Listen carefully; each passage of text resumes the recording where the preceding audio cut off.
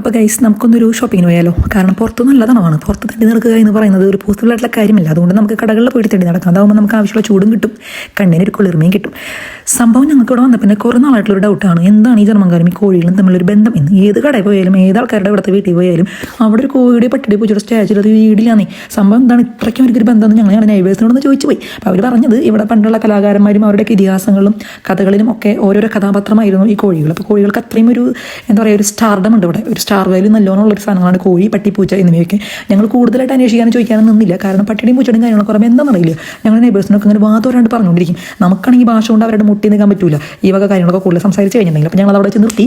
പറഞ്ഞു വന്നത് കടകൾ മൊത്തം ചുവപ്പുമായിരുന്നു. ഫെബ്രുവരി 14 എൻ്റെ ഒരു ഇതായിരിക്കാം. നമുക്ക് പിന്നെ അതിനൊന്നും ഇൻട്രസ്റ്റ് ഇല്ലാത്ത നമ്മളത് വിട്ടു. വീട്ടിലൊക്കെ വയ്ക്കാനുള്ള പൂക്കളും കാര്യങ്ങളൊക്കെ അടിപൊളിയാണ്. പക്ഷെ നമുക്ക് വില കൊണ്ട് എടുക്കാൻ പറ്റില്ല, നല്ല വിലയുണ്ട്. അങ്ങനെ ഇരിക്കുമ്പോൾ ഈ കരടിക്കുട്ടന്മാരുണ്ടല്ല, പൂച്ചക്കുട്ടന്മാർ നമ്മളിങ്ങനെ മാടി വിളിച്ചു കേട്ടോ. സംഭവം പരിചയത്തിൽ വിളിച്ചു കഴിഞ്ഞാൽ ഈ പോകണ്ടെന്ന് എൻ്റെ വീട്ടുകാർ പറഞ്ഞിട്ടുണ്ട്. അതുകൊണ്ട് ഞാൻ അങ്ങനെ ആ ഭാഗത്തേക്ക് നോക്കാൻ നിന്നില്ല. കുറേ പൂക്കി ഐറ്റംസ് ഒക്കെ കണ്ട് നമ്മൾ അങ്ങനെ അവിടെ ഉലാത്തി നടന്നു. ഒന്നും വാങ്ങിച്ചില്ല. ഞങ്ങളങ്ങനെ കടക്കാരെ പറ്റിച്ച് പോകുന്നു. വാനിക്കും എന്ന് പറഞ്ഞ് പറ്റിച്ച് ഇറങ്ങുമ്പോൾ എവിടെയോ എന്തോ കടക്കാരൻ്റെ മൊത്തം ഒരു പിച്ചതാവും. ഞങ്ങളതൊന്നും ശ്രദ്ധിക്കാൻ നിന്നില്ല. ഞങ്ങൾ അടുത്ത കട ലക്ഷ്യമാക്കിക്കൊണ്ട് അങ്ങോട്ട് നേരെ തല ഉയർത്തി പിടിച്ച് ഞങ്ങൾ അങ്ങോട്ട് നടന്നു ഗൈസ്.